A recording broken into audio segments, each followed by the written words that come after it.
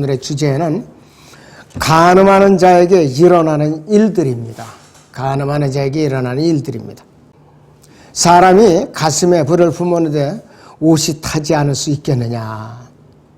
성경적 진리죠. 28절에도 사람이 뜨거운 숯불을 밟았는데 발이 되지 않을 수 있겠느냐 그랬습니다.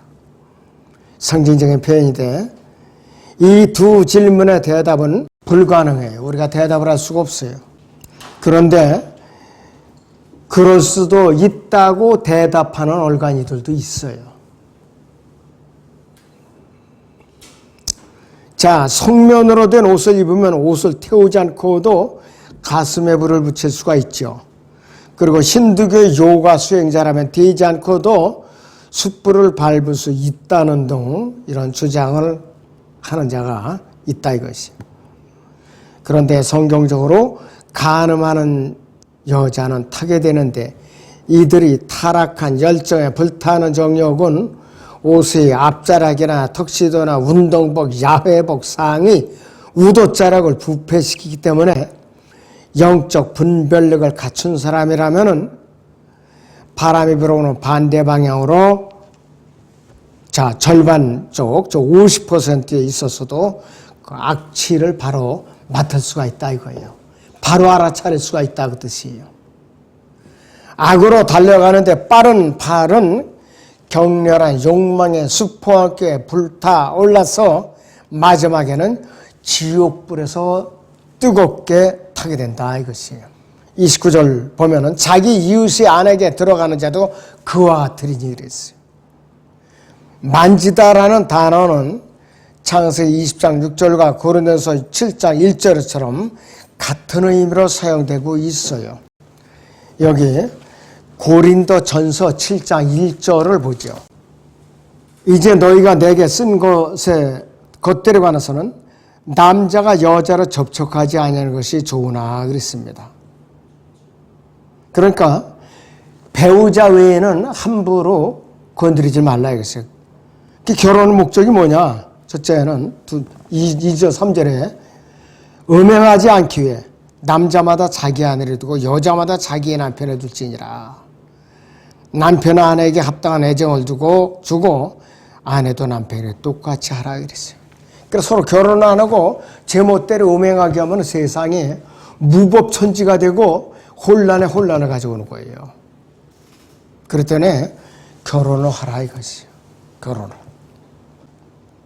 자, 잠언 6장 30절에서 31절을 또 다시 봅니다. 도둑이 굶주릴 때 자기 혼을 만족시키려고 도둑질했다면 사람들이 그를 멸시치 아니하나 만약 들키면 7배로 갚아야 하리니 자기 집의 모든 것을 대신 주어야 하리라.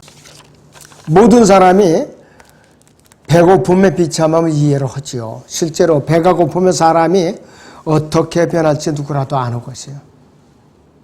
어떻게 변할지 누구라도 아는 것이에요. 자, 율법은 도둑에게 보응을 요구하고 있지만 배가 고파서 도둑질한 것이라 하면 율법 아래 있었던 구약에서도 참작이 됐어요.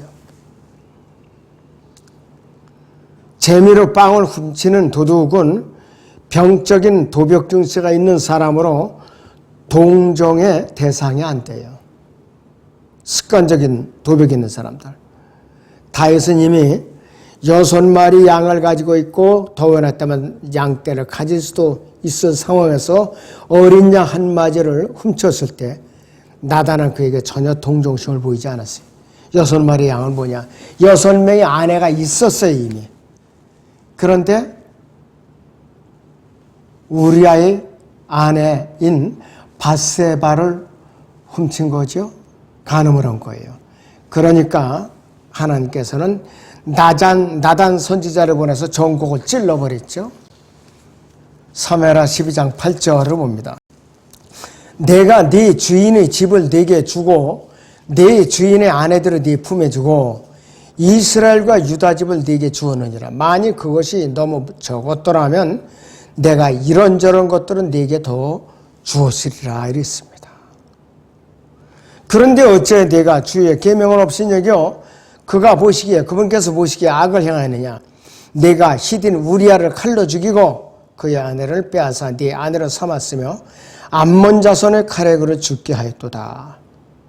네가 나를 없인 여이고 히딘 우리아의 아내를 빼앗아 네 아내를 삼았으니 그러므로 이제 칼이 네 집에서 결코 떠나지 아니라고 그랬어요. 그때부터는 이 다윗이 바람 잘 날이 없었어요. 너무나도 참 이 다윗이 어려움을 많이 당했어요. 그 이후에는.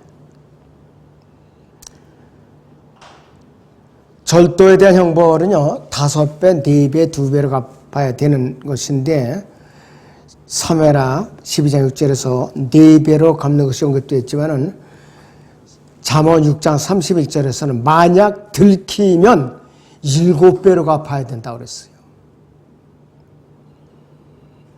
그 잠언 1장 5절이나 2장 5, 6, 11절이나 3장 13절이나 4장 5절에서 의미에서 볼 때 명철이 올바른 단어라 이거죠.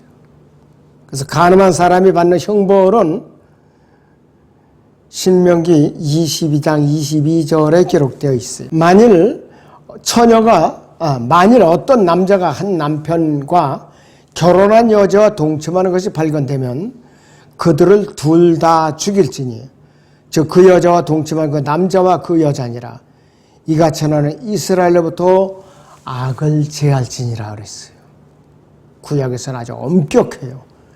즉시 사형에 처하는 거예요. 잠언 6장에 32절을 보죠. 부녀와 간음하는 자는 누구나 명철이 부족한 자라. 그것을 행하는 자는 자신의 혼을 파멸시키며 그랬어요. 너무나도 참 끔찍한 경고예요. 구약에서 타락 후에 몸과 혼이 붙어버렸고 사도행전 2장까지는 할례를 받을 수 없는 상태였다. 오순절에 교회가 탄생하기 전까지는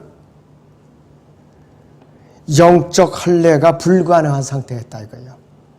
즉 거듭남이 불가능한 상태였다 그 뜻이에요. 결론적으로 구약에서는 죄를 지으면 그의 생명인 몸뿐만 아니라 혼을 동시에 이를 위험에 처하게 되는 것이 지상 왕국에서의 형벌과 똑같아요.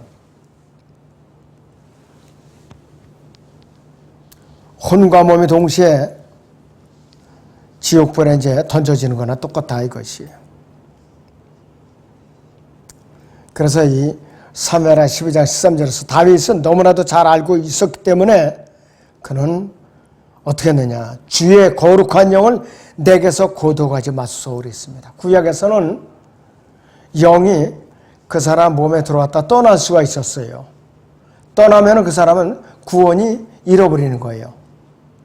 사울은 완전히 떠나버려서 구원을 잃어버린 자고 다윗은 떠나질 않았어요. 구원을 잃어버리지 않았고 삼손은 성령이 떠났다가 다시 들어왔어요. 죽기 직전에 다곤 신전을 있는 힘을 향해서 기둥을 밀어짓기는 그 순간에 성령께서 다시 임하셔서 그의 구원을 잃어버리지 않았어요. 그렇기 때문에 히브리서 11장에 보면은 나오죠. 삼손도 나오죠.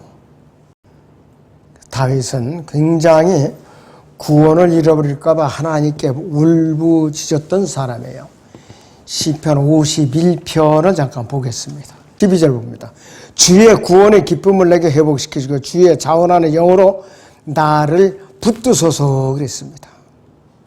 그리하면 내가 범법자들에게 주의 길을 가르치리니 죄인들이 주께로 돌아오리다.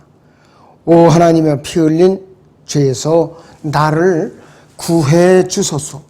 저는 나의 구원의 하나님이시다. 내 혀가 주의 의를 소리 높여 노래하리이다. 오 주여 주께서는 내 입술을 열어주소서. 그리하면 내 입이 주의 찬양을 보이리다 그랬습니다. 밧세바와 이 범죄하고 난 후에 그런 것이요. 너무나도 그는 잘 알고 있었던 것이에요. 다시 교재 보셔요. 97페이지에. 그 잠언 6장 33절에서 상처와 치욕을 받게 될 것이요 그랬어요. 굶주린 도둑은 율법은 그에게 형벌을 내릴 것을 요구하는데 치욕과 수치를 거의 받잖아요. 그러나 성범죄는 특이하게도 사람들이 눈에 특별한 부류의 죄로 분류가 돼요. 일단 여자가 자기 남편이 자신을 배신하고 다른 여자와 돌아난 사실을 알게 되면 그 여자는 남편에게 가장 분노를 받게 되고, 그러한 죄를 저지른 남편이 회개하고 죄를 자백하고 보응을 받고 하나님과 화평을 한 후에, 회복한 후에 오랜 시간이 지나도록 가족 사이에 다툼이 있을 때면 매번 그 문제가 튀어나온다. 기억이 난다 이것이에요. 차면 아내에게도 상황은 마찬가지예요. 배우자에게 만족하지 못하면서도 이혼하지 않고 그냥 사는 사람들이 보기에는 이혼한 사람이 다시 재혼하는 것은 용서받을 수 없는 죄처럼 보인다 그랬어요. 의심스러운 눈초리라고 남의 일을 꼬치꼬치 캐기를 좋아하는 많은 사람들은 특별히 그런 것을 찾아내느라고 애를 쓰는 거라 이것이요. 그래서 잠언 6장 33절인 대로 그의 수치는 지워지지 아니하리라 그런 거예요. 그래서 6장 34절을 보면 이는 질투가 남편을 분노케 할 것임이라고 그랬어요. 질투는 지금까지 우주에 들어온 모든 죄의 원천이라고 그랬어요. 첫 번째로 일어난 살인의 배후에 있었던 동기였고, 하나님의 아들을 배신하고 십자가에 못 박아 죽인 배후에 있었던 동기가 뭐냐? 여기서 질투라 이것이에요. 솔로몬은 진노는 잔인하고 속냄은 사나우나 시기 앞에 누가 설 수 있으려 그랬습니다. 더 지독하다 이것이. 질투는 음부처럼 잔인하다 그랬어요. 남편이 아내를 사랑하느냐 그렇지 않느냐는 되게 중요하지 않다 이것이요. 문제는 마침내 남편이 분노가 발동을 하면은 자기 의에 찬 상태에서 억울하게 상처 입은 아내를 최대한 이용할 수 있는 좋은 구실을 갖게 된다는 말이에요. 구약에서는 아내가 아무 죄도 없는데 남편이 간음으로 의심할 경우에 제사장 앞으로 데리고 가면은 제사장이 무슨 내가 생각은 안 하는데 구절을 성경 말씀을 써서 그거를 이 입으로다가 삼키게 하죠. 질투의 영. 자, 그래갖고 실제로 죄를 졌으면 허벅지가 썩어요. 죄를 짓지 않았으면 무죄하다고 판결을 받고 잉태하는 축복을 받아요. 그러한 법이 다 있었어요. 그러니까 허벅지가 썩는다 하면 뭐냐? 그건 이혼감이죠, 당연히. 쫓겨나는 거죠. 자, 거기 좀 내려와서 잠언 6장 3, 4절에서 복수의 날에 그가 용서하지 아니하라. 실제로 이건 뭐냐? 세상 법정에 세운다 이거예요. 갈라서려고. 35절에서는 그는 어떤 몸값도 생각하지 아니할 것이요 그랬습니다. 법정 밖에서 해결한다는데 손해배상에 대한 변상이라든지 소원해진 애정을 화해시키기 위한 선물 같은 거 통하지 않는다 이것이요. 율법 아래서는 사형을 요구하죠. 대개 율법. 신약에서는 이혼을 요구할 수 있다. 신약에서는.